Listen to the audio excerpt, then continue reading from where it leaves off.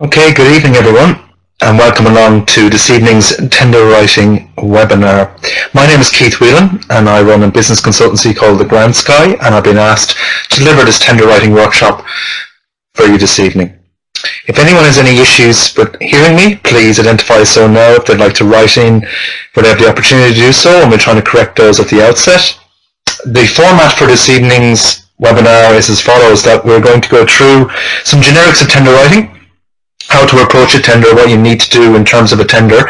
We'll be also looking at what the tender you're applying for as well in terms of the RFP, some approaches I would recommend to you and how to build capacity and build your application. And then I'm happy to take questions at the end if you have any questions in relation to generic tender writing. As specified as part of the RFP, you must contact TenderLink directly for specific questions in relation to the TenderLink itself to support the RFP. So good evening and welcome along again. Thank you for taking the time out to come along to the tender writing webinar, and hopefully we'll demystify tender writing for you a little bit and show you the ins and outs and intricacies of writing a good tender. Writing a good tender, people think it's all about price. Well, a lot of it's about price. Commentators certainly say that tender writing, about 60% is about price and about 40% is about your ability to prove your unique selling point. You're the best identifiable service, practitioner, company or entity to avail of the tender and certainly deliver on the tender as well, providing a value for money principle along the way, which will be very pertinent to government departments who are offering those tenders as well. And really most of us have been in this situation here, as you can see from the slide, night before, exacerbated.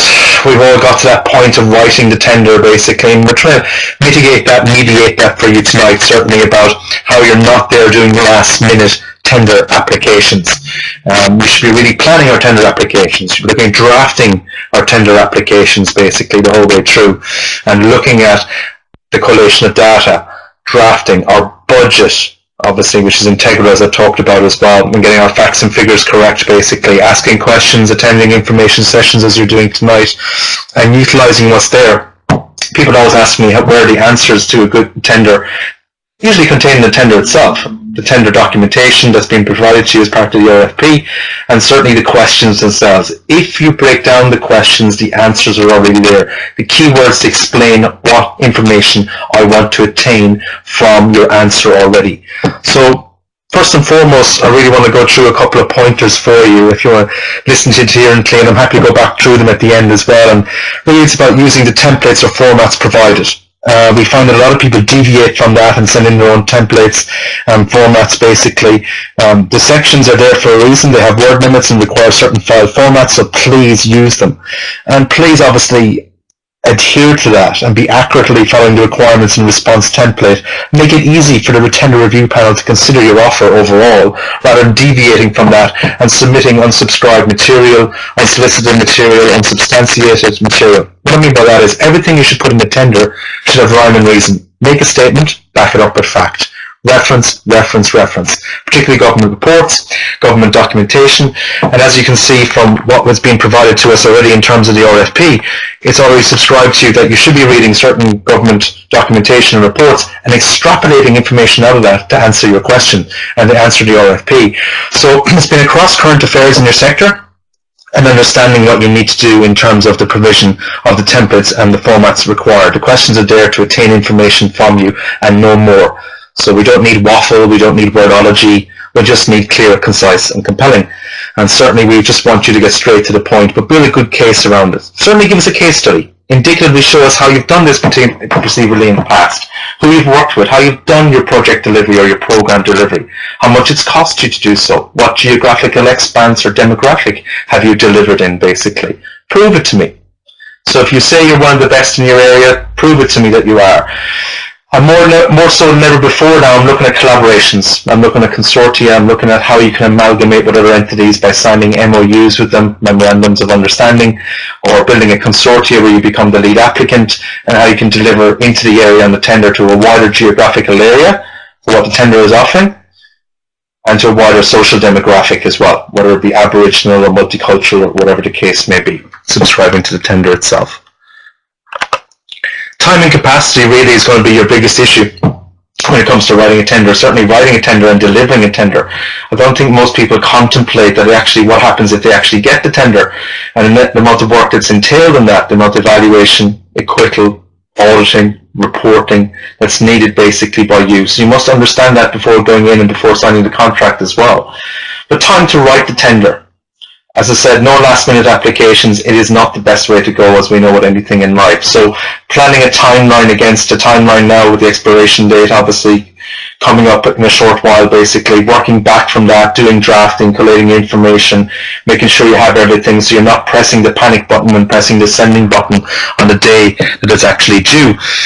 So ideally have it in 24 hours in advance, if even earlier better. Ideally 24 hours in advance so it's not a last minute deluge for the organisation and you're being in receipt of the tenders themselves basically. And structure your tender document clearly. If the tender specification documents haven't asked for a particular format or structure, keep a response document clear, logical, well organised. I would include a clear, persuasive introduction that states your purpose, your rationale, and your central proposition to your bid.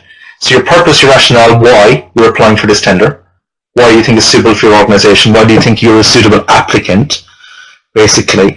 And then looking at that it's going to be very well organised, logical and clear in how you delineate that information to those people as well. So persuasive introduction that would entail, good project rationale, methodology, and a central proposition of your bid, why you. Okay, so we're looking for a value for money principle here, and we're looking for basically how are we going to deliver it best. You've got to prove to me that you're the best organisation for doing that basically.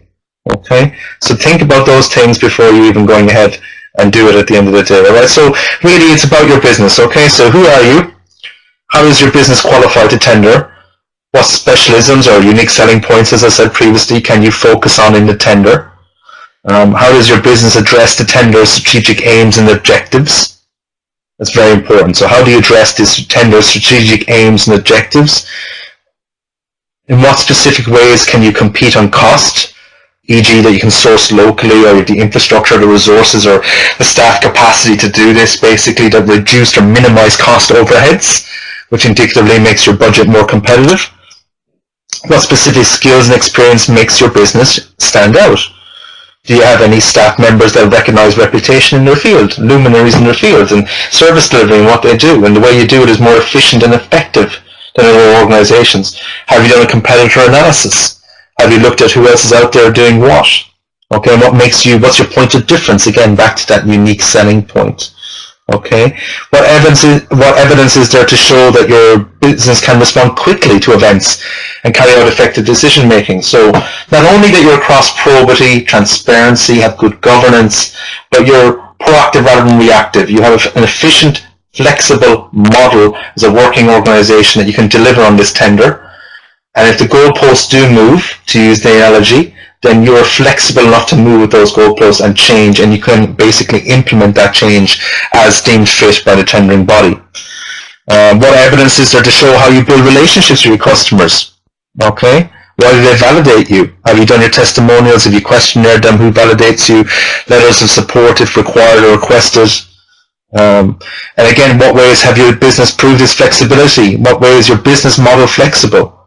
Okay, so looking at all those capabilities as well, and that leads into your business capabilities as well, identifying what key people you have in your organization, what are your main activities, evidence of training, your capacity to deliver, can you deliver the tender's outcomes, how will you deliver the tender's outcomes, more specific to the point, how will you measure performance and ensure success of the tender, what evaluation mechanisms do you have, how will you specifically deliver objectives, and what will you focus on, and how you would achieve them, and how much will it cost you to achieve these specific objectives and requirements as well? Is it going to be embedded in the cost that you're proposing as part of the tender? Is it going to be an ongoing cost? Is it going to be an additional cost? Who can provide strong references to demonstrate what you've done? That's what I talked about earlier with clear case studies. But also at the time you may want to look at reference points as well and references from other people as well. Okay, so as you can see, there's a lot of things to think of before you go in to actually writing the tender. It's not just about the application form, it's what you do ahead of the application form itself. And understanding that usually the application form is the last part of the process, because I'm expecting you to extrapolate a lot of the information you need to answer the questions in the application form from your business plan, your strategic plan, your project plan, your budget, And again, that unique selling point or point of difference and how flexible and maneuverable you are as an organization, how you sell that to me.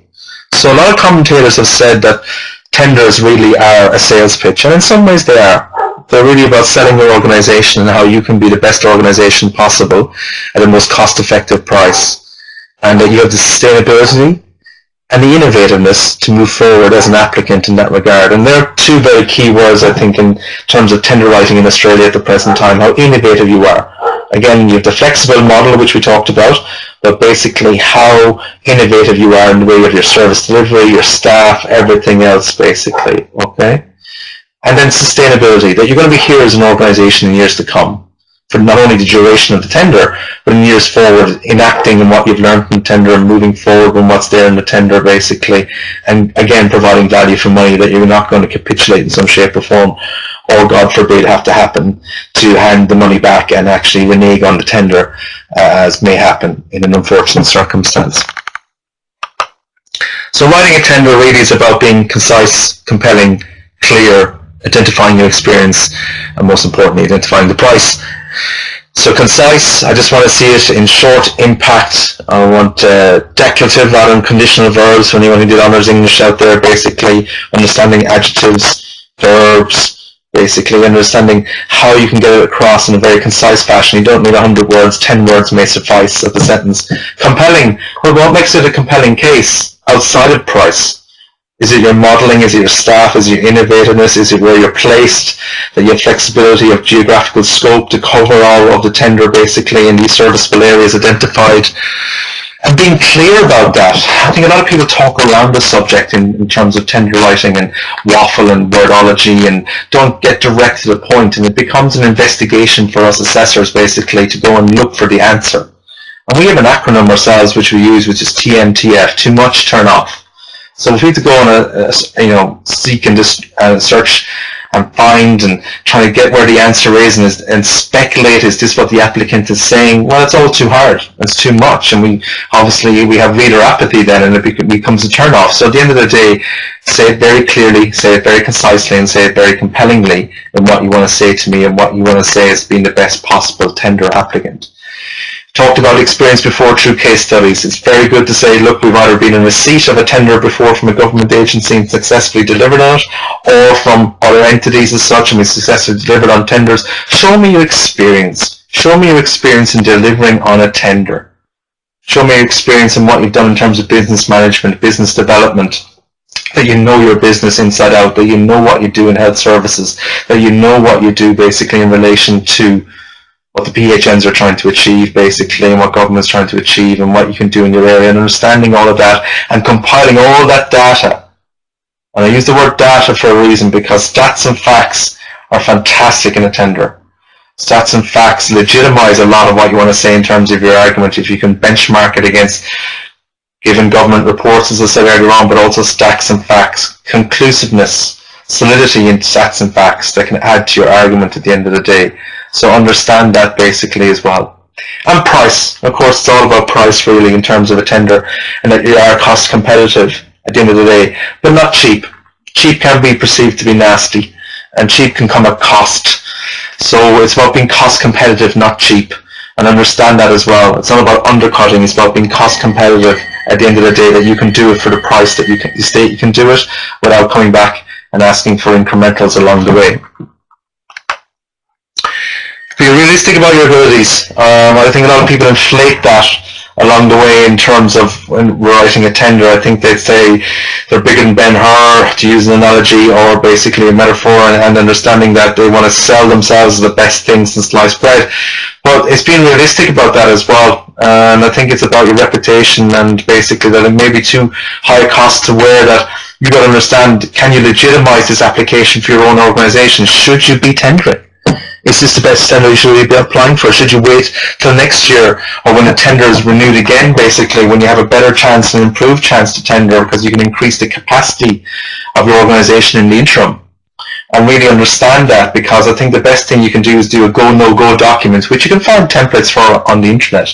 A one-page document where conclusively for yourself you decide, well, it's worth tendering or it's not worth tendering, and the risk far outweighs the application. And rather than offer a product, offer a solution. Offer a solution to tender. Use the what, who, where, why, how method to answer your requirements. So what do we do? Who are we? Where do we operate? Why do we do it? How do we do it? Basically, offer a solution. So a lot of the time in tenders, we get people identifying the problem, which we already know. And in a lot of ways, the tender is already out there to counteract the problem. But really, we want you to provide a solution.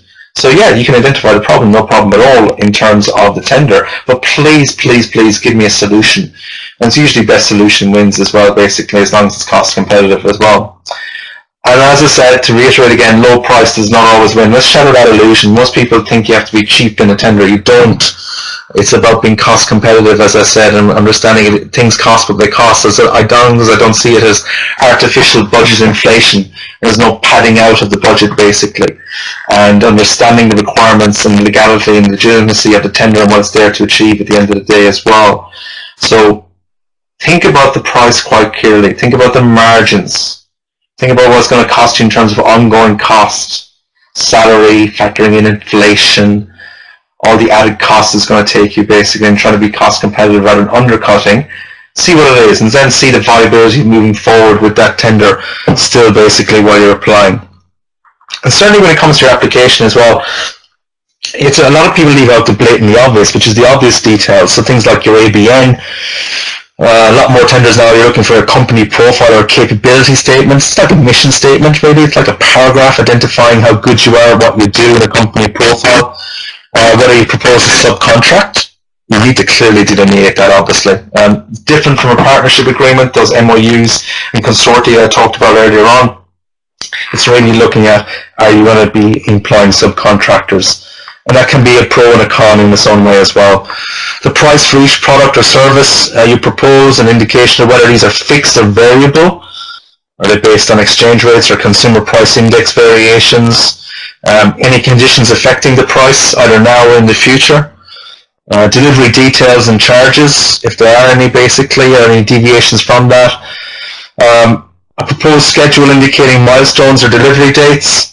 In terms of KPIs and ROI, so key performance indicators and return on investment, in terms of how you benchmark and how you deliver basically on the funding that's there, and how you can give reassurances to the funding body, in this case the tendering body, that you can say we're going to provide reports. Well, they may be mandated to you maybe on a monthly or biannual basis or on a quarterly basis, but certainly I would instigate your own organization reporting structure in some shape or form basically.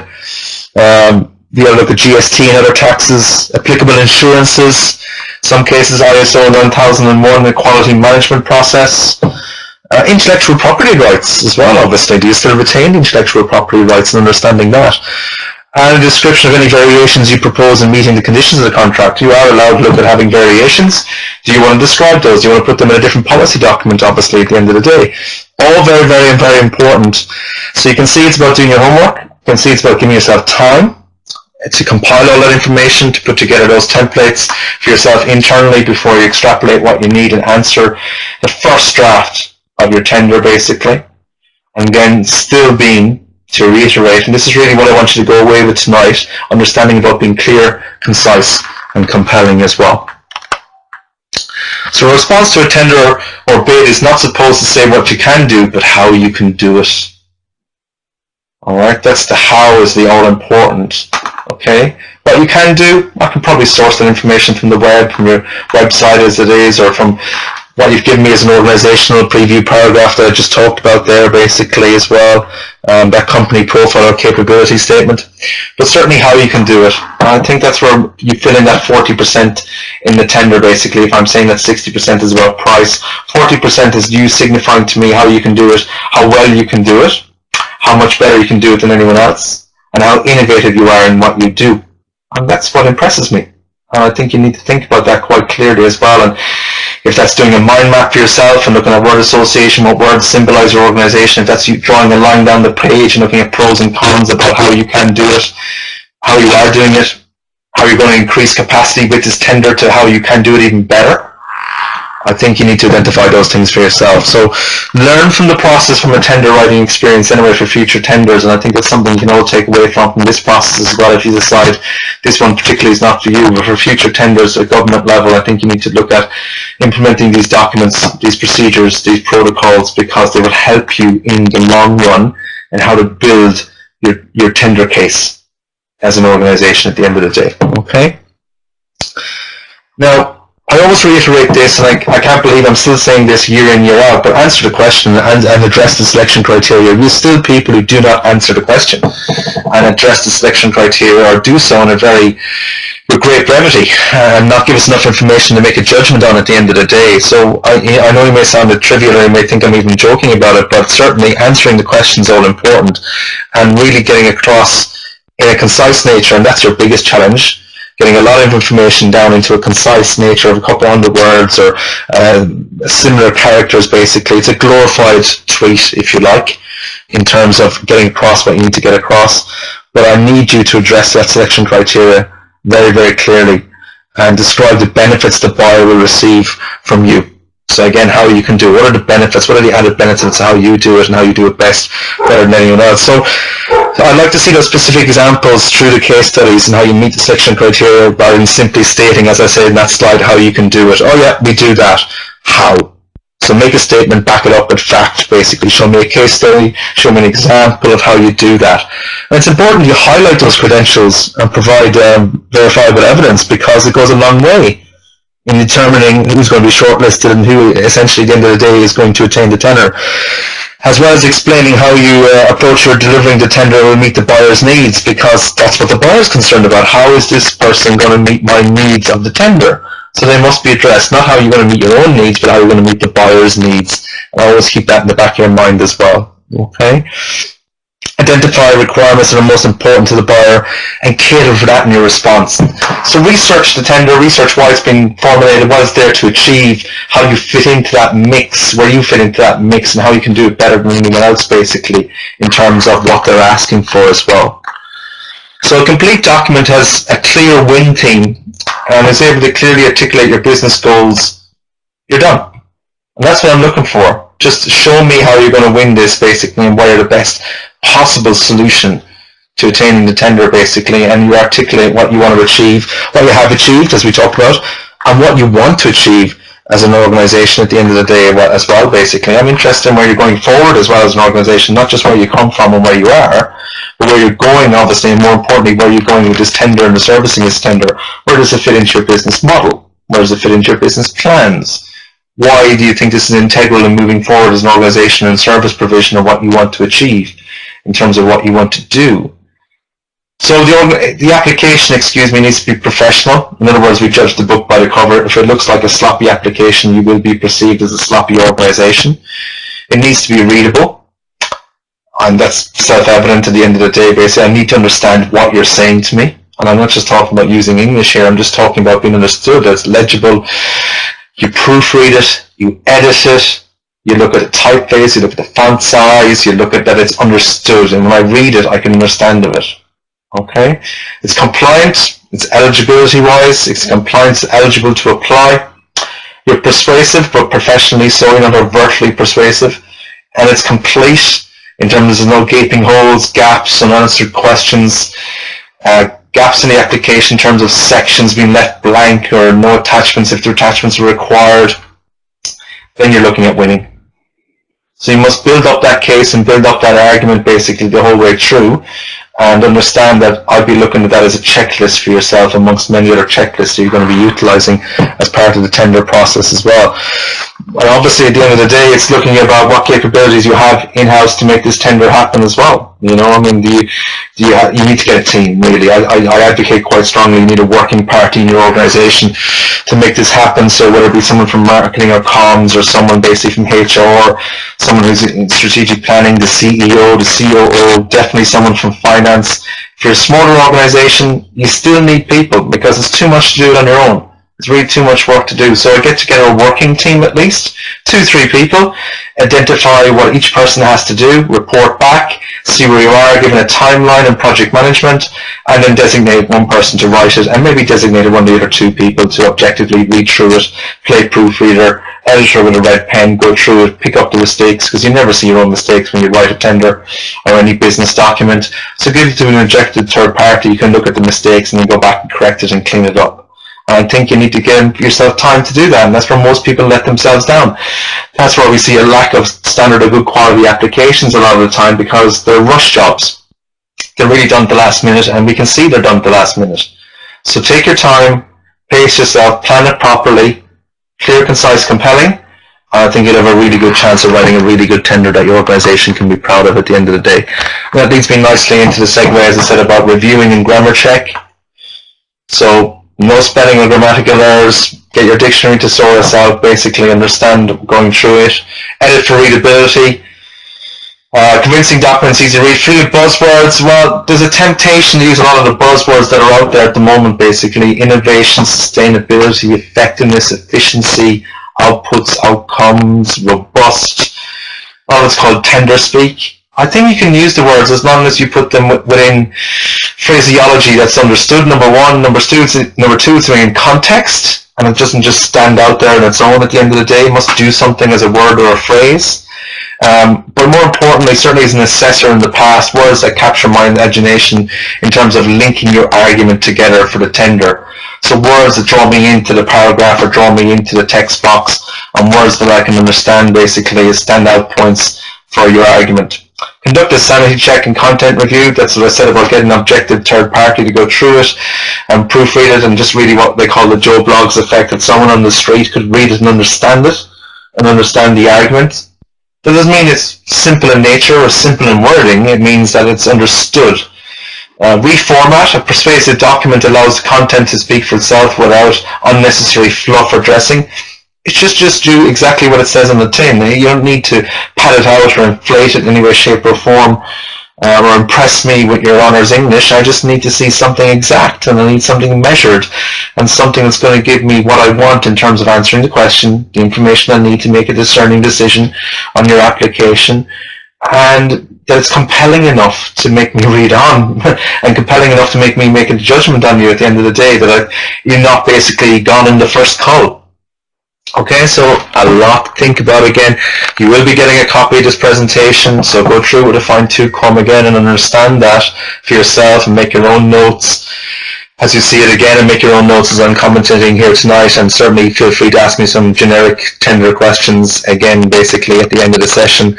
As I said earlier, if you have any COORDINARE RFP specific questions, they must be directed through tender link itself. Okay, so moving on.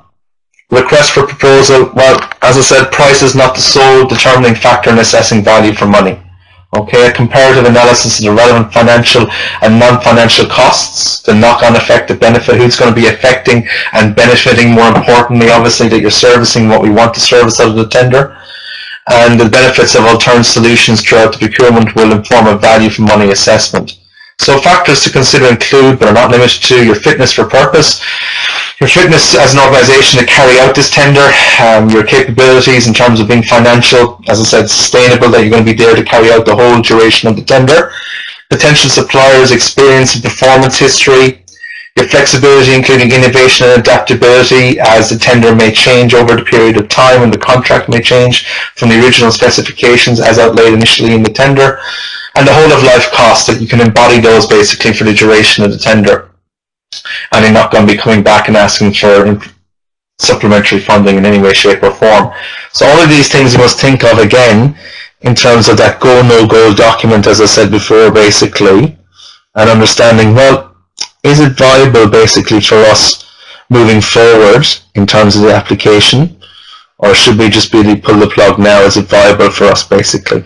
And certainly for a checklist, in writing it again basically for yourselves, I think you need to look at, you know, a lot of people depend a lot on acronyms and abbreviations. Make sure they're clearly explained when you're writing them, and spell them out, because there might necessarily be no by the assessor.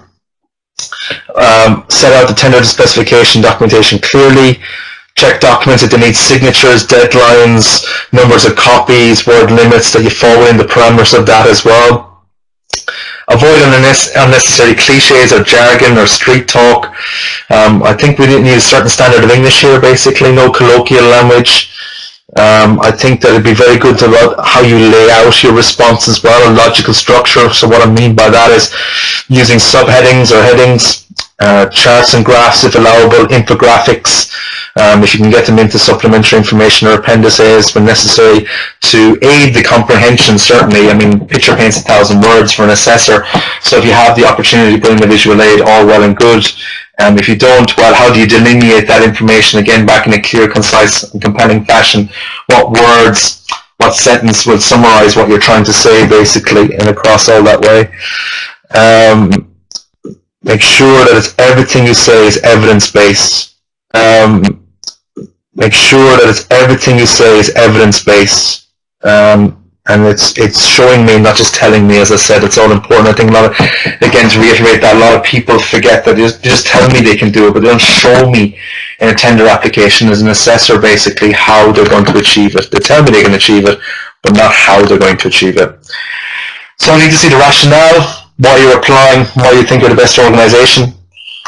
Your proposal, the caliber of your proposal, basically, that you need to research and look at the administration procedures for yourself.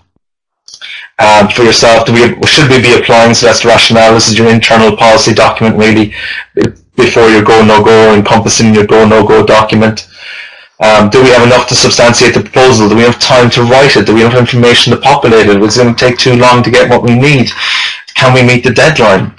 Can we evaluate this before we even go in? Are we going to evaluate the tender application before it's submitted, or are we just going to press send? Do we have an evaluation process thereafter? Again, if we're successful in the tender, do we have to build an evaluation process? Do we have an evaluation template? Can we do it in the necessary time frame? Can we provide the evaluations within the prescribed time frame as per the tendering body's instructions? The designation of roles and responsibility, who's doing what within your organization? Who's the project manager? Who's the project officer? Who's going to be delivering on this tender? Who's going to be involved even in the application process for yourselves? The collection, review, and submittal and delivery. So the collection of data, the reviewing of that data, so you have the right data, basically. The submittal of it, so that's time frame and time management, basically, in terms of the drafting of the tender application, that there's no gaps from the data that you've received to the actual writing of the drafting of the application. And the delivery of it, that everything you say indicatively shows to me that you can and will deliver on the tender because of the good data, the good stats and facts, review of your processes and procedures, that they're up to scratch, and you submitted such. And for me, that provides conclusively that you can deliver on what you've said, basically, which is all important at the end of the day. Okay. Total quality management. I'm advocating that you do have a TQM policy for yourselves. As I said before, ISO 9001 is usually the benchmark, but a lot of people have in-house TQM systems. And again, it's an assurance for yourselves that you have the process and procedures to deliver on a tender, as well as for the tendering body that you have a process and procedure, and shows that, as I say, they're a comprehensive and structured approach to organizational management that seeks to improve the quality of products and services, ongoing refinements in response to continuous feedback. Very long-winded, but essentially, in a clear, concise, and compelling fashion, I'm looking to see that you have the management to deliver the quality. You have the processes, the procedures to be able to deliver the quality of service or products on an ongoing basis, because you have a process that you're able to undertake or go through to make that happen. So simply put, in summary down the bottom, the 4 words: plan, act, do, check. That you have that policy internally in your organization as part of your application process to make that happen. And that assurance, I'm risk averse as a tendering body, okay? So I want reassurances and insurances the whole time. I want reassurances that you're going to plan, you're going to act on everything that may happen, you have a counter action to that, and certainly inform me at the earliest point if something's going wrong, because so I can interject and help you out with that. You're going to do it, you have the process, procedures, and people and resources to make it happen, and you're going to check it at every possible vantage point that the tender is running smoothly, and where it needs to increase in value, basically, and where you can increase it in value, basically. And on top of that, I'm still looking for the value for money to the tender response as well. That you have a competitive price with high quality against that as well. So that's before the price component again. So you must think about that. But one's indicative of the other. I think putting down a good price is always, it's attractive, obviously, for a tendering agency, that you're doing it cost competitive, but also that you have the structures and resources to match that price. You can do it for that price. You're not undercutting, not doing it below cost just to get the contract. And then it becomes cheap, it becomes nasty, and they may capitulate as well. Okay, that would be a concern for a lot of tender writing assessment panels. Price, well, yeah, it's about unique selling point versus competition, isn't it? What makes you stand out from your competitor? You can mitigate that, as I said earlier on, if you want to have a consortia or joint bid and you become the lead applicant as part of that bid, or you want to do an MOU, memorandum of understanding, you partner with another agency in your geographical area or in another geographical area to create that big geographic expanse of service delivery in terms of the tender, something that we conceptualize, picking up the phone and talking to your other colleagues in the area. But the price of the tender is usually the key component. That's why we put a vast way of, I suppose, importance really on the price. It's the crucial component of any good tender, as I said. And in public procurement, government officials have to ensure value for money because it is taxpayers' money that they're spending. So they have to have that probity, that transparency, that integrity when it comes to basically being publicly transparent about where that money is going. And you need to ask yourself if you can supply goods or services at a cheaper equivalent price than your competitors' goods or services. Again, that's doing a bit of market research. It's understanding what your competitor is charging, what's the going rate, what's the add-ons basically, and finding out what that median price is, so you can specify that as well. And that would be really, really good, I think, along the way, that you must think about that. So again, I'm not offering a lot of questions to you tonight, but I think from what we've seen in good tenders is people who come up with the most amount of answers and answer all the questions and don't leave the gaps where we ask for a please explain are the ones that get the tender, because they've left no gaps of insecurity along the way. I think that's very, very good, because they've always given us a reassurance they've had an answer to all our questions. That's very, very important, because it shows indicatively they've thought about it, and they've thought about basically what they need to do, how they're going to service the tender moving forward, not just now, but in the future as well. So again, is your unique selling point around your goods or services, the product. The tender request outlines goods or services to be provided and where appropriate the expected outcomes to be achieved. You need to ask yourself, is there any way you can differentiate your product offering from your competitors' product offerings? Where do you stand out? Back to that USP again, unique selling point. Have you done your market analysis? Basically, as I said, it can be perceived to be a glorified sales pitch, and I think you need to understand that. And I always ask a lot of my clients and a lot of people that work in the tendering arena, do you know how to sell yourself? Do you know how to get across to the tendering agency how good you are at what you do, how capable you are at managing budgets and service delivery? And that's the key question. I think a lot of people struggle with that. They don't know how to sell themselves. They're very good at what they do as practitioners, but they lack that capability in a business development capacity to sell themselves. So again, if you go away from tonight and think about doing that mind map and word association and look at, well, what words describe our organization perfectly in terms of how we sell ourselves, how we do what we do, even you're asking your customers, your clients, what they like about your service, getting one-word answers, getting a couple of sentences as a paragraph, you'll quickly be able to delineate basically what your point of difference is, how good you are at what you do, basically, and be looking at and making it sellable in terms of the pitch, as I talked about earlier on. The proven previous track record, well, we love historical value, don't we? You've been around for so many years, you've been delivered for so many years, you're tried, you're trusted, your name's above the door, you know what you're doing, basically, the community validates you.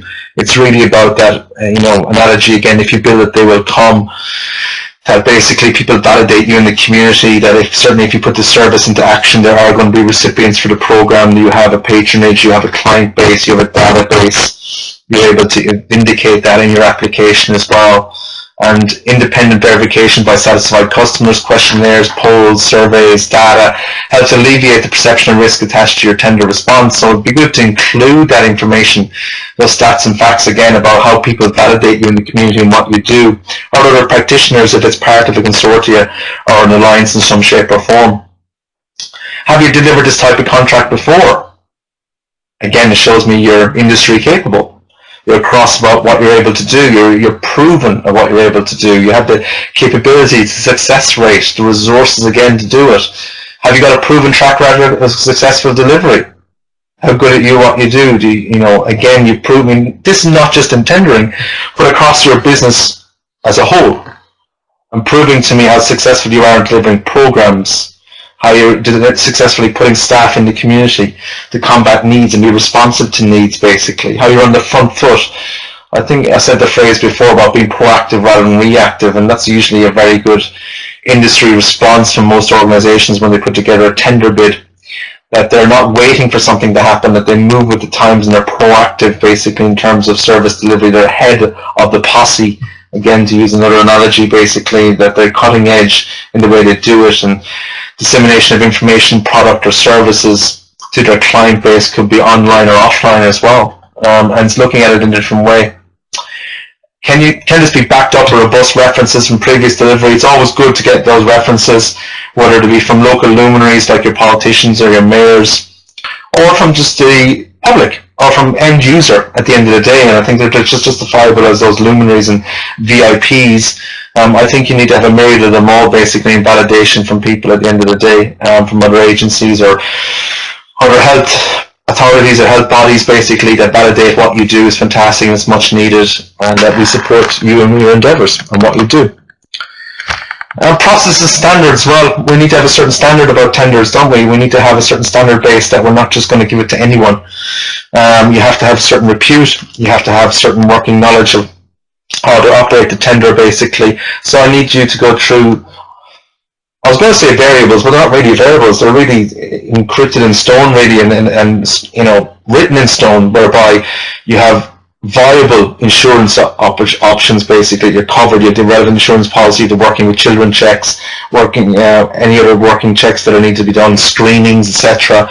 Do you have the necessary accreditations, as I have there in the first bullet point? Is your business accredited? Do you have appropriate processes and standards in place? If so, can you give me an example of such? Can you give me evidence of how you use such? Does the tender opportunity highlight these processes and standards? Again, are you selling me how good you are at implementing these processes and standards? How good you are, basically, and give me an example of that. And do they give you an advantage over the competition? And again, weighing up yourself to that go, no-go document. Is it good enough for us to be discernibly different from our competition, or is it just the same? And is that good enough still then to apply, or should we pull away at the end of the day? Again, a lot of decisions you must think about in terms of applying as well, basically. I'm going to say this introduction as well that, again, submit it on time. We still in 2017 get so many applications that are past the due date. It's gone beyond funny at this stage, and it's really about getting it in on time. So don't leave it to the last minute, as I've continually said, because you may have computer, internet, or network issues that you may have to deal with, and something may happen. Allow time for delays, but at your end and potentially the tendering body's end as well. So looking at basically that getting it in a couple of days in advance would be fantastic. If not, ideally 24 hours in advance as well. So it's working up to that that timeline really for yourself, and not being there pressing the panic button, as I said earlier on the last 24 hours. The wow factor. Well, it's an old business adage is that, I have to do business with you, I gotta like you. And the likability factor basically comes with a wow factor, that you have a certain something that you bring to the contract.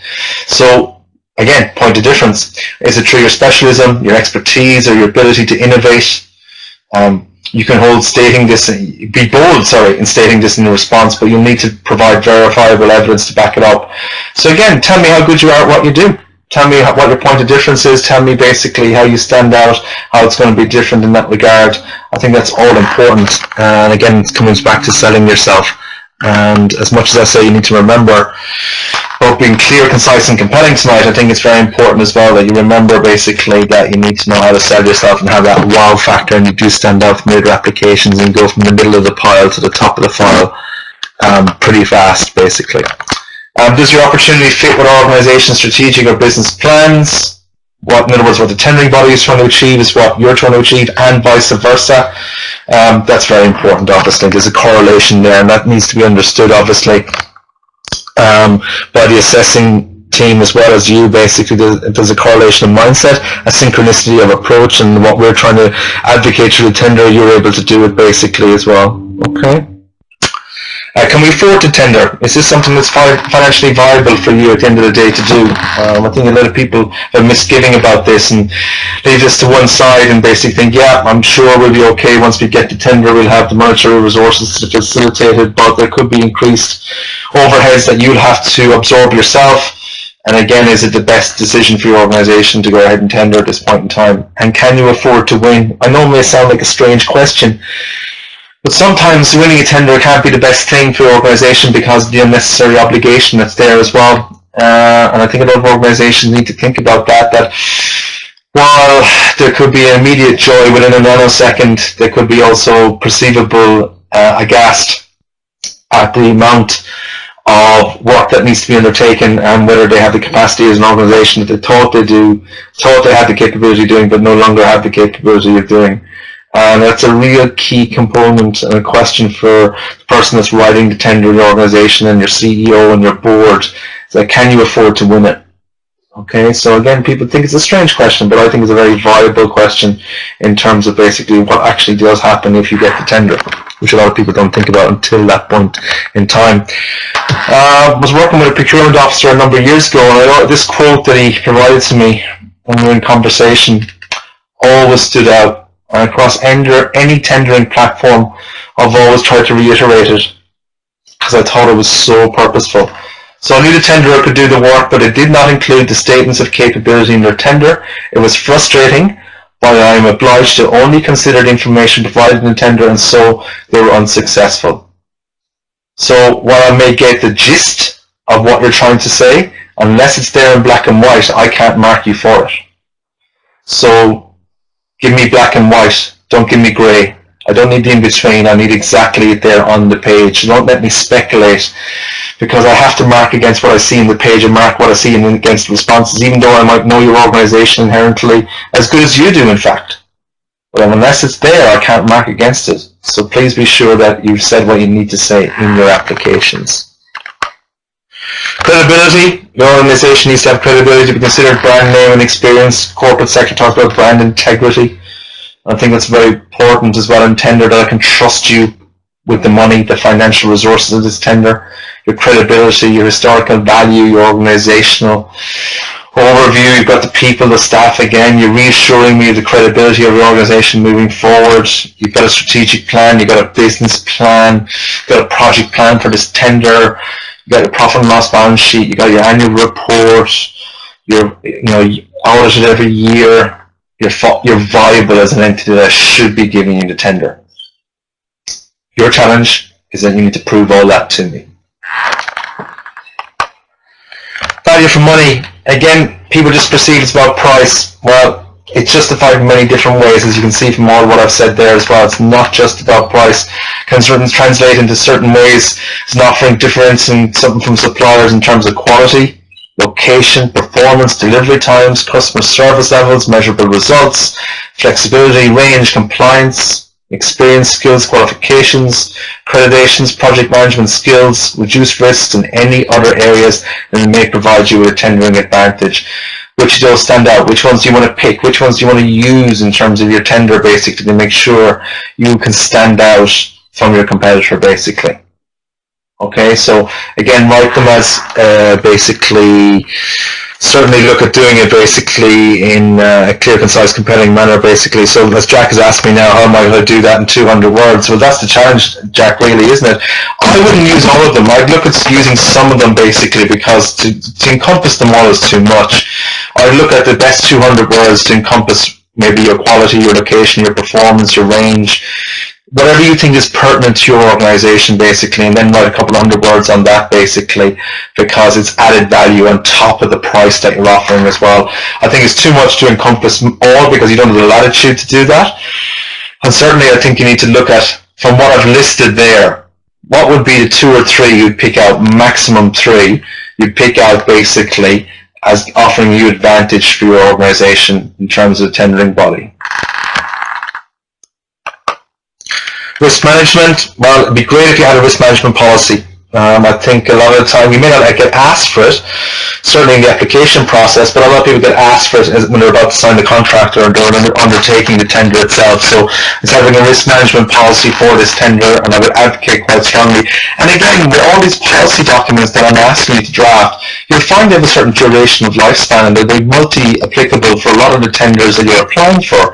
So at the end of the day, what you formulate now, you'll be able to use for the next couple of years until they have their natural lifespan, and you have to tweak them again and look at their lifespan and look at their basic cause and effect and whether they're any good anymore.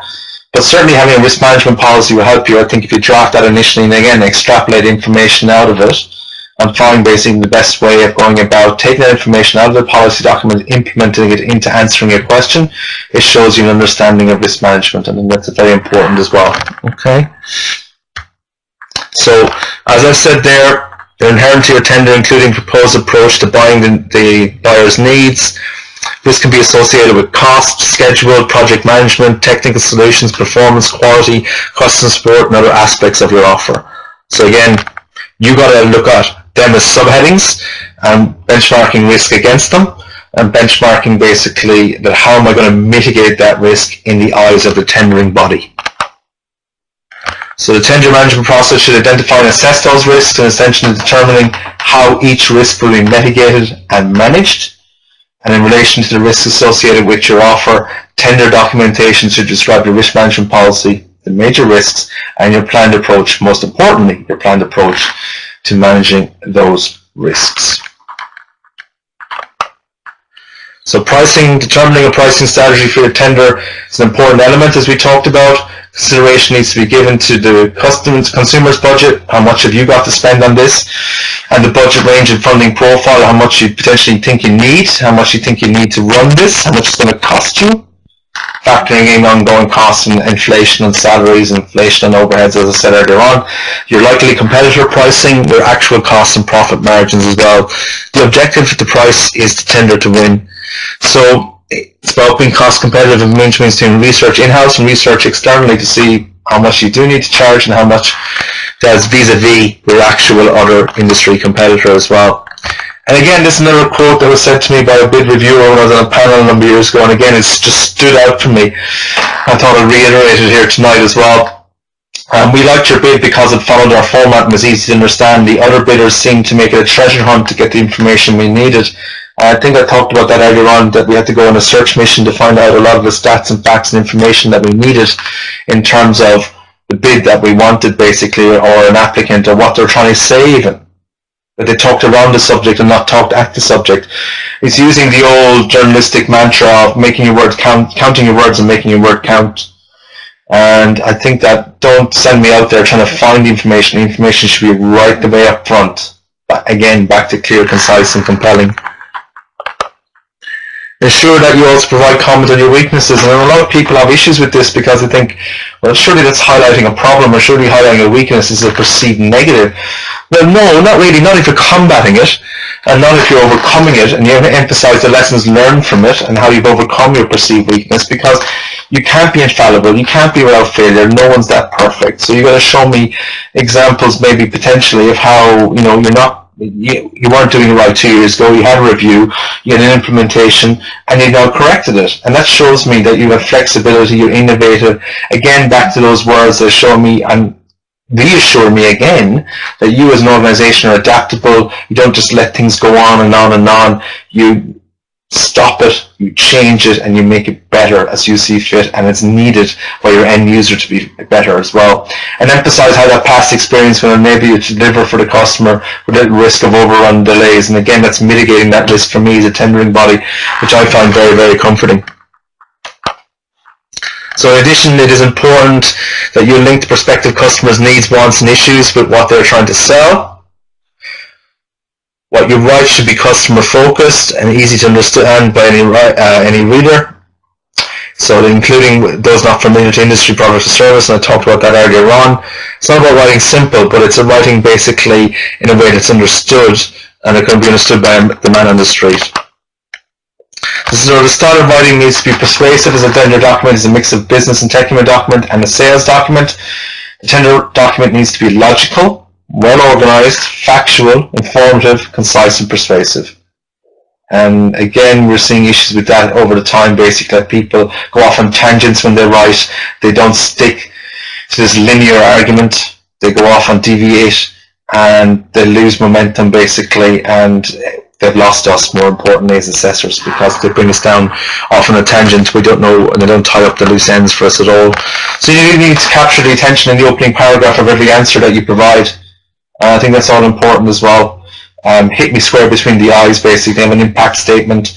Give me something that leads me to draw on, to read further. Writing your first draft, how do you bring it together? What's the objective that you're trying to get across? What's the message you're trying to get across? Who's your audience? Who are you writing for? Who's receptive to what? What will the organisation that's commissioned the tender, what are they looking for in terms of response? What's the industry terminology they're used to, basically? What do they want from that? And the structure and information, basically, that you need to provide around it. Jack's asked, is it wrong to assume that the assessment panel will have industry experience? Why write to the common denominator man in the street? Well, no doubt people on the panel will have industry experience. That's a given. But there may be independent assessors being brought in from other sections of the organisation who are civil servants or bureaucrats and not necessarily are au fait with the health sector. If the health sector, there will be health sector representatives there, but there may be other people there for probity or transparency as well. And don't assume that everyone on that panel knows exactly terminology, acronyms, and everything that's going on in the sector. Don't assume everyone. There will be people who do, but not necessarily everyone. And why write to the common denominator man in the street? Well, why inflate it otherwise? Why would you want to basically inflate the language? It's about being understood, and it's understanding that as an assessor I have to read so many applications in a given day, basically. It's the ones that stand out usually, the ones that answer the questions, and the ones that hit the KPIs are the ones that get shortlisted. So really it's that making it clearly understood for everyone, basically, that really not inflating your language and using Dickensian or Shakespearean English, basically, as we see a lot of times. People think they need to impress us with their use of English language, but they don't. I just need it for it to be understood. And you're not demeaning yourself, you're not demeaning us in any way, shape or form. You're legitimizing it, if anything, basically. And your real challenge in writing a good business document is encapsulating 100 words in 10 words, and that's the challenge, basically. So that's why drafting is all important. Okay? So again, a nice segue to removing commonly confused words, jargon, slang, acronyms, poor punctuation, and bad grammar. To removing commonly confused words, jargon, slang, acronyms, poor punctuation, and bad grammar equals proofreading, equals bring it down to the common denominator man, basically. Okay. A lot of people write as they talk, which is just free writing, basically, and no one goes back and edits or proofreads. I don't mind if you do the first draft. In fact, I've advocated to a lot of my clients to do the first draft verbally. Actually, they get their mobile device, whether it be iPad or Android or Apple phone, out in front of them, basically, and they just record themselves answering the questions and then listen to it back and extrapolate the answers out of that, which a lot of people find very beneficial, rather than writing it, because a lot of people are intimidated by writing business documents and haven't written a business document for a long, long time. But certainly it's all about drafting at the end of the day, and it can be a bit of free writing where you're just getting down the answers, but what a lot of people forget is they don't go back and edit. And it's integral to go back and edit and see where you make mistakes, because everyone makes mistakes, including myself. So I have to go back and look at myself, and even then I might see my own mistakes, and I get an objective third party to read through it and pick up any incidental errors that may have happened. So develop that value proposition, that SWOT analysis, the strengths, weaknesses, opportunities, threats that are there perceivably with the tender, and how you're going to overcome those threats, basically, and how you're going to deal with those opportunities. But develop that value proposition. So map decision makers to understand their needs, map the tendering body. Why are they putting the tender out there again, to reiterate it? What are they trying to achieve with it? Stick to that. What they're trying to achieve with the tender. Can you correlate to that? Are you the best person to deal with that and service the needs of the tender? So you may need to get together internally as an organisation with your colleagues or management and do an internal brainstorming workshop to find out or uncover that unique selling proposition that you have to understand and that A, the needs of the tendering body, and B, how you match them. So again, that's why I advocate it should be never one person writing this on your own. It should be basically a number of people working together in a team and putting together the tender bid. Top 10. Well, as I said, it may be blatantly obvious, but answer the question. Most people don't still, which is ridiculous to say, as I said before, in 2017. but people don't. We've seen horror stories over the years, basically, of lacking of answering the questions, basically, or just people not giving us sufficient data. And a lot of tenders fall short by this and wonder why they're never shortlisted, basically, because they think they're answering the question, but they're not answering the question. So the answers to the questions are already in the question. So it's looking at the key words. So we'll take the word demonstrate, for example. It demonstrates in a question, obviously that means show. That means I need to see a case study. That means you need to show me how you're doing it, not just telling me again how you're doing it. You need to show me indicatively through stats and facts or through a case study how you're going to undertake that. So answering the question, still number one. Keep it snappy. And that's about the conciseness, as I said, basically. Take out that long-winded waffle. Get away from basically forgetting how to use commas and full stops. I do love subheadings. I do love bullet points. I do love white space on a document that I can clearly delineate the information and understand it and read it. So basically I've given you some brief ways there and bullet point 2 of how to synopsize. And I think you need to practice that as well for yourselves. Getting rid of words, dumping words, editing words. Get active. Okay? It's having an active voice, basically. An active voice is a reassurance. It's basically, as I said before, using declarative rather than conditional. We are, we will, we endeavour, rather than if you give this tender, something might happen with it, maybe. Too much conditional, too much passive. Okay, we need to see active. You're on the front foot. You've thought about this, you planned this, it fits within what you want to do. This is a perfect opportunity for you to collaborate with government and service delivery, basically. Give me that reassurance through an active voice. Keep it personal. If you want your tender to attract attention, keep the focus on your prospect. Bring in as many paragraphs as possible with their name and use you and your to personalize your tender if possible. A lot of people disagree with that. A lot of people have an issue with that. The name maybe, yeah, and certainly in this instance it's probably not feasible to do so, more pertinent to the commercial sector really, but you and your, it's a reassurance that you want, it's the we. It's not you and them, it's the we or the us. It's basically looking at how we're in this together. And I would conservice the need of the tender, and I think that's important as a reassurance as well, to say, look, we're here, we can do it, we're here to work with you basically, we can deliver on this. And I think you need to look at the we, us, you, your, in a convincing fashion, but in sporadic fashion, across your document to get it across that you're in this together, not as a standalone opportunity that's economic value to what it is, but at the same time you need to give me more than that. What's in it for me? Essentially all your prospect really wants to know is what they will gain by selecting you. So tell me. Highlight your skills, knowledge, or experience, as I said before. And every time you make a statement about your business or service, put yourself in a prospective shoes and ask yourself, how will I benefit from this? Okay? The what's in it for me principle. Okay? So if you tell me something, what am I going to ascertain from that? How is that going to be a value add in what you're writing? How is that going to make sense to me? How do I see it as perceivable advantage from me? Okay? Prove it. Avoid those claims that we are the leading, fastest, best, unless you've evidence to prove it. Use quotes in the media or happy clients or award wins or good survey results or successful facilitation of previous tenders to validate to me, we are the best of the best and this is why. Okay? Show me, don't tell me. Give great examples. There's mini case studies, usually about 60 words. Okay? Compile a series of them, have them ready to go, pull them off the top shelf when you need them. Factual evidence, testimonials, goes a long way, basically, people validating you and how good you are, basically, at what you do, as well as I said previously. Make it look good. Alright, presentation's key. Presentation needs to be understood, but again, if it's disjointed, if it doesn't connect, if it's all over the place, there's no plan, there's no concurrency of thought, it looks poorly drafted, and as I said before, you don't look in the best light either, you do look in a dim light. Jog their memory if you've worked with them in the past, you've been received a tender firm in the past, remind them how good you are, what you do, how successful you were at delivering that tender as well. That'll go a long way towards validation as well, which is all important. And make it error-free. As I said, proofread, proofread, proofread, edit, edit, edit. Again, I can't reiterate that strongly enough. I talked about too long, don't read. Too much, turn off as well, TMTF. we have all these acronyms. It's a land of acronyms, certainly in tender writing or grant writing, and certainly for as assessors like myself. I get to read so much, basically, that if it just goes on and on and on, you know yourself, you have viewer apathy, and you tend to turn off. So really, it's about something that's punchy, something that's impactful, something that makes sense, and that my brain basically can understand and correlate quite quickly. They say in a good tender you need 3 impact statements that I can remember. In other words, it's 3 takeaway things that I can remember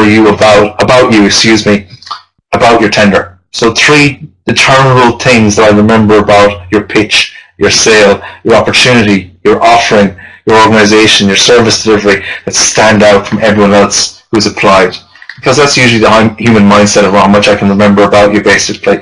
So I always come back to 3 things, or write down 3 things when I'm assessing, as a short list for myself as an assessor, basically, to say what are the 3 things that stand out for me in terms of this application, in terms of this applicant.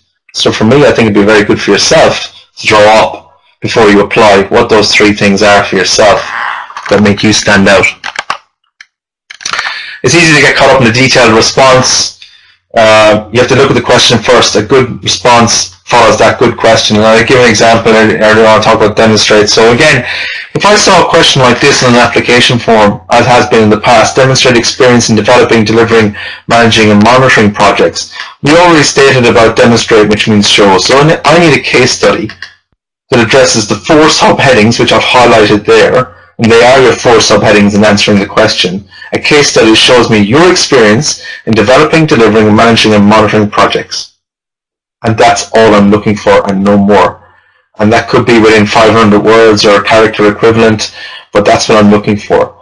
Show me your experience in subheading 1, subheading 2, subheading 3, subheading 4. Okay? And again, clear, concise and compelling in your answer, basically, in doing that. Okay? All important. Stability, show me you have the sustainability of the contract, you'll be there right to the end.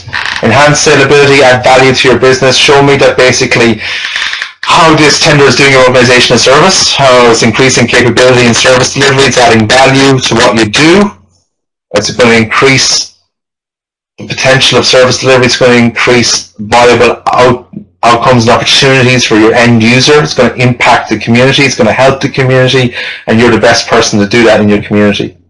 Business improvement, and improves your business processes, the way you conduct your business, the way you do service delivery, the way your staff implement projects or procedures or protocols. Show me all these things and how it's going to add value for you as well, and how the tender works for you, not just from an economic standpoint, not just from basically, yes, now we have the money to go out and service the needs and wants, but it's going to add value and it's going to increase our what we do as an organization, and it's going to make us a better organization at the end of the day. I think that's very important to reiterate as well.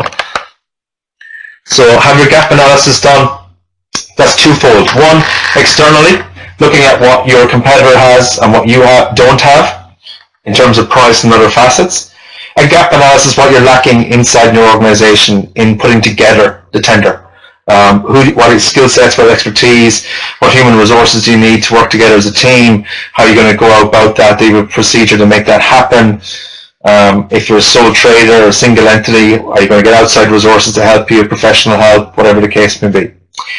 Business case, examining the feasibility of the procurement. Do you have a viable business case to put forward? Do you think you have, and realistically you don't? Get someone else to examine that as well, basically. Is it dated? Do you need to update it? Is it a business case that only has maybe a lifespan of a year, yet the duration of the tender is 3 years or 5 years?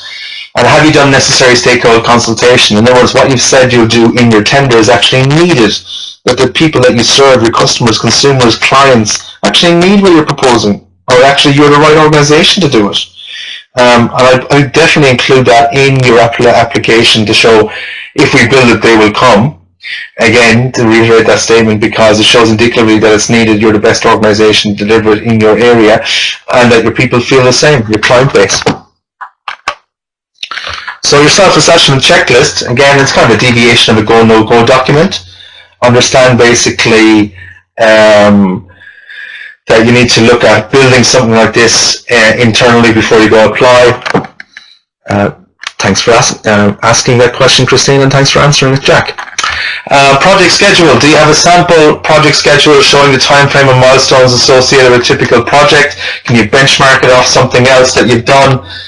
Sample tenders, or go back through sample tenders that you've done in the past as well. Is there something there you can extrapolate out of? It's about utilizing, not plagiarizing, so no copy and paste. Don't just lift the text verbatim basically and put it into the answering of this tender. Understand how to utilize it to best effect to give you added advantage. Reference projects, reference to me how good you are, what you've done in the past. I've said that earlier on. Account management, how you manage relationships, a bit of business development management going on there. How you deal with your clients at one end of the scale and how you deal with a tendering body at the other end of the scale, and how you can work with both, and you have the time, resources and the skill set to do all. Quality management, that you have a quality management system. I referred to that earlier on. I think it'd be very good to look into getting a template which you can easily source on the web, or getting a consultant in to do one for you, about having a quality management system, procedure, protocol, because it'll save you in a lot of angst down the line basically, and as a referral back to document that when things go wrong, you have a quality management plan to mitigate it. And please refer to COORDINARE requirements when it comes to the insurance required in terms of this tender. So outline your financial processes, your staffing, your board, how much it costs you, basically how much you're willing to put against the tender in terms of that as well. Your operational processes, which I've listed there as well, which is a whole lot, as you can see. If you feel it's all too much, well, look at what you think is pertinent to you and pertinent to the tender, more importantly, and what you need to delineate in there and what you need to put in, so I can get the best possible information from you. Again, I'm all about time. I said at the outset, I think that slide's very important as well, time and capacity. Rush jobs don't work in writing a tender or any business document for that case. I do think you need to take the time and effort to put it together.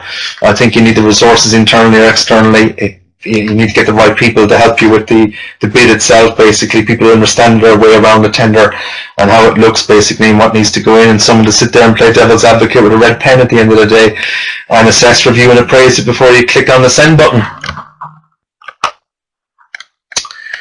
Integrity lies in knowing and what the customer wants and what he or she needs, and that knowledge is power. So I think you always need to spend time. People forget about this. They're so busy building these processes that I've mandated you to do tonight, and then writing the application form. They haven't researched as to why the tender has been put out there in the first instance and what it's there to achieve. And I think you need to look at that. So the first thing you should really do if you feel you have a viable option at doing this is read the actual tender itself, and then go and delineate for yourself these processes, your go, no-go, your quality management process, your unique selling point, and then realize, okay, we can, or we can't really apply. But the first thing to do is really read the policy document. Okay, and I think a lot of people still forget that because they go straight to the application form without basically looking at what's being presented to them. So please go back and look through that, okay, and read it. If you don't ask questions, you never learn the truth. So, whatever's available to you, you have an opportunity tonight, obviously, to ask me questions as well, as you have throughout the session. And at the end, I'm happy to take questions as well about generic tender writing. But you have to ask questions to learn. Jack's asked, is it wrong to assume that the assessment panel have industry experience? Sorry, I've gone back to that again. I've already answered that. Alright, so tender, really, a tender is an investment, right? It's a business transaction, it's an opportunity basically, alright? And you need to look at how you can vindicate and validate that to me. Again, about the return on investment, the key performance indicators there, and value for money, okay? So I'm going to move on. Jax has talked about the second hour specific components, which I'll get to now. We're coming up to them shortly in the slides, so don't worry, I'm going to get there basically, and I'm going to provide possible suggestions. I'm going to get there shortly, okay? Just trying to give you as much information as possible. Alright, so tender writers should apply for tenders. This is really our mantra, that suit particular identified needs, taking into account the time to deliver on the tender if successful, the tender body's requirements, when the funds will be dispensed. Should apply for tenders that are a suitable fit for your organisation. So essentially with this tender, is it best fit for your organisation, or is it square peg round hole? Are you just going for it because you perceive it to be low-hanging fruit, or basically do you think it's strategic for your organisation? Because that will come across in the way you write it and in the way you sell it to me as well. How are tenders awarded? Basically, many different ways. but it's going through a regulatory process basically. It's how we go through the process, how we scale out, who we don't need, how we cull, how we look at different things, and certainly you can read that in your own time because I know you really want me to get down to the nuts and bolts basically. But a recap, so know the tender rules, know what they're asking for, know what to sticking to answering the question, plan your application, don't leave any glitches or gaps, be creative but honest. That means don't be speculative. Don't say you can do the project in 12 months when you can't and you know it's going to take you 18 months to do it. Research successful tenders, learn what the tendering bodies have given out to in the past, what they like, what they don't like, who they've given it to, what bodies have been receipted that funding. So you can see indicatively what they've given money for. Provide information required, don't deviate from that, answer the question you're asked. And no superfluous information, no waffle, no wordology. Okay? So keep it snappy, as I said, very important. Get active, as reiterated again, prove it. Alright, every single time, reiterate it. Tell me why you are the best of the best. Give great examples. Alright? Assume you're unknown. And I still like to work that as well, because even though you may have a relationship with that entity, that government department, in some way, shape or form, I think it's very important to say, look, you know, just to reiterate again, these are our capabilities, strengths, skills and resources. It's not a duplication of things, it's a reiteration, because again, you never know who's on the panel. And your methodologies and examples in detail about how you achieve your strengths, your skills and resources, and show how your business capabilities are appropriate for this. Again, sell, sell, sell every single time. Offer those value adds. Okay? And the value add does not mean necessarily free. Okay? It should be incremental value basically. It should be something else we're getting. It should be else that's service proponent to it. Tailor for each tender, no copy and paste. We get that a lot. We get a lot of organizations blatantly just copying and pasting from the last tender bid, and it's not the way to go about it, obviously. Each tender is a case by case, and respect that and understand that and plan in advance. Plan, plan, plan. Common mistakes, well, non-compliance of application selection criteria, failing to demonstrate capability, failing to demonstrate understanding of the scope, lacking innovation, demonstrating a quantifiable difference, non-conformance submission, doesn't conform to requirements of tenders, that you're not eligible to apply or didn't fit in within the answering of the questions basically and don't conform.